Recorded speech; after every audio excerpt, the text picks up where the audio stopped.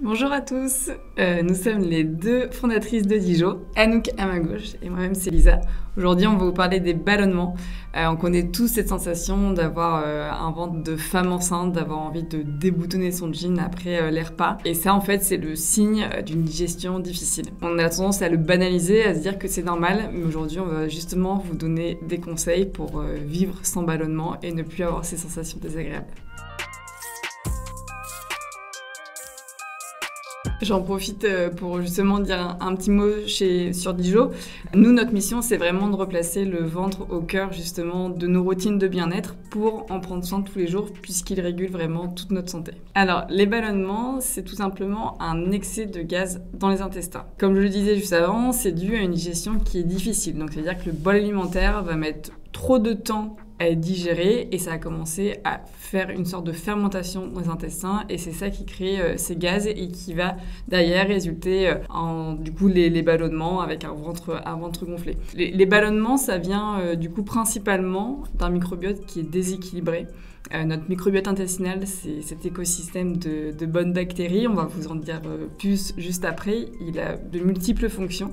Aujourd'hui, on le considère comme un organe à part entière tellement il est important dans notre santé. Mais une de ses fonctions principales, ça va être notamment de nous aider à bien digérer nos repas. Effectivement, c'est un mot qui peut faire un peu peur comme ça, mais le microbiote, c'est, comme le disait Lisa, cet ensemble de bactéries qui vivent dans nos intestins, qui sont par milliards justement dans notre tube digestif. Et ça fonctionne exactement comme une forêt tropicale. Il y a plein d'espèces qui vivent en interdépendance les unes avec les autres, et malheureusement, quand une espèce disparaît, c'est tout l'écosystème qui est déséquilibré. Et malheureusement aujourd'hui, à cause de nos modes de vie, alimentation transformée, prise de médicaments en excès, environnement urbain et pollué, même les produits d'entretien qui peuvent parfois être toxiques, vont faire qu'on a moins ces bonnes bactéries en présence dans notre environnement. Et du coup, ce microbiote est appauvri, et c'est pour ça qu'aujourd'hui, on voit de plus en plus de symptômes digestifs apparaître, et notamment les ballonnements chroniques, alors que c'est pas normal d'avoir des ballonnements après chaque repas. Enfin, on vous donne justement tous les conseils pour bien digérer et éviter ces fameux ballonnements. Donc le premier conseil pendant le repas, ça va être de bien mastiquer. On le répète tout le temps, mais la mastication est cruciale pour avoir une bonne digestion. Le fait que le bol alimentaire soit en contact avec notre salive, ça va entamer le processus de digestion. Donc plus vous mastiquez, plus derrière la digestion sera facile. De manière générale, on dit qu'un repas doit durer au moins 20 minutes. Donc vraiment, prenez le temps de mastiquer quand vous dégustez votre repas. Le deuxième conseil qu'on va donner, ça va être de respecter certaines associations alimentaires. Alors, on vous fera une vidéo très détaillée sur le sujet, mais de manière très globale, ça correspond à dissocier certaines catégories d'aliments qui sont plus difficiles à digérer ensemble. Et enfin, dernier conseil, les fruits. Alors les fruits, c'est hyper bon pour la santé, on adore les manger en dessert, mais ça va compliquer la digestion. En fait, le fruit se digère plus vite que le bol alimentaire. Donc le fait de manger un fruit en dessert fait que le fruit va se retrouver bloqué par le bol alimentaire et c'est là où ça va fermenter, créer des gaz dans les intestins et du coup donner des ballonnements à la fin du repas. Donc maintenant, on va vous parler de ce qu'il faut faire après le repas. C'est bien de faire attention pendant, comme l'a dit Lisa avec ses 3 conseils, mais alors, pour l'après, super important, c'est de bouger. Puisque, en fait, tout le tube digestif, c'est un ensemble de muscles qui font avancer le bol alimentaire et donc pour aider la digestion, il vaut mieux être en mouvement pour que ces muscles ne soient pas tout compressés. Par exemple, si on s'assoit sur une chaise avec un jean serré, là malheureusement ça a du mal à avancer. Le premier conseil, c'est vraiment de bouger, c'est pas un mythe, la petite marche digestive de 10 à 15 minutes, ça va vraiment aider la digestion. Ensuite, il y a aussi le fait de respirer, parce que le diaphragme, qui est le muscle qui est juste au-dessus de tout le tube digestif, quand on respire, en fait, il monte et il descend.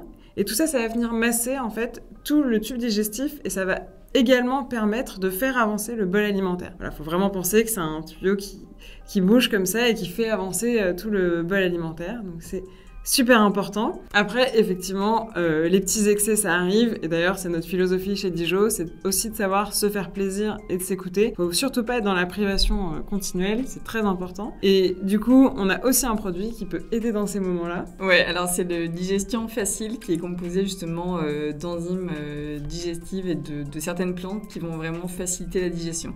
Donc c'est un produit qu'on prend pas en cure, mais qu'on prend vraiment de manière ponctuelle quand justement on sort d'un repas un peu trop copieux ou simplement parce qu'il y a quelque chose qu'on ne digère pas. Et le fait de prendre ces petites gélules, ça va vraiment booster la digestion et du coup vraiment éviter les ballonnements.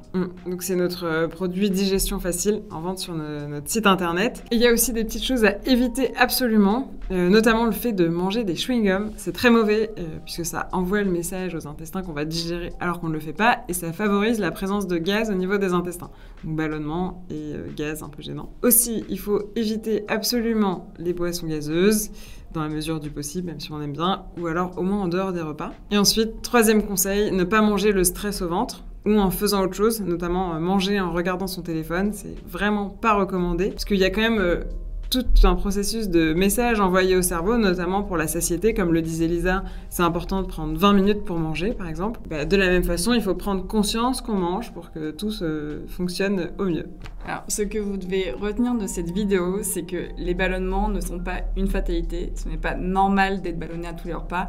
Et il existe des solutions pour y remédier. Donc déjà, en appliquant tous les conseils qu'on vient de vous donner, vous allez ressentir de nettes améliorations sur votre digestion et vous allez ressentir moins de ballonnements. Aussi, et on le répète, c'est très important d'entretenir son microbiote intestinal au quotidien. Et malheureusement, il est souvent fragilisé par notre mode de vie moderne. C'est ce qu'on expliquait au début de la vidéo.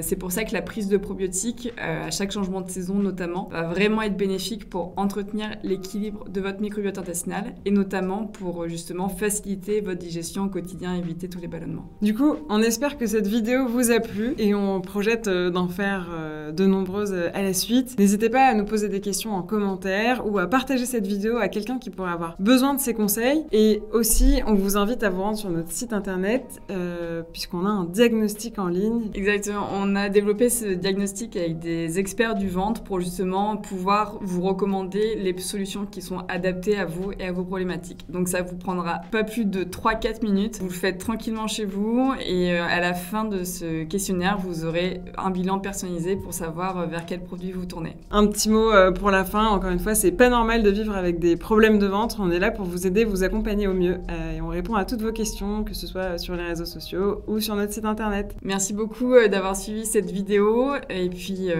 on vous dit à très bientôt.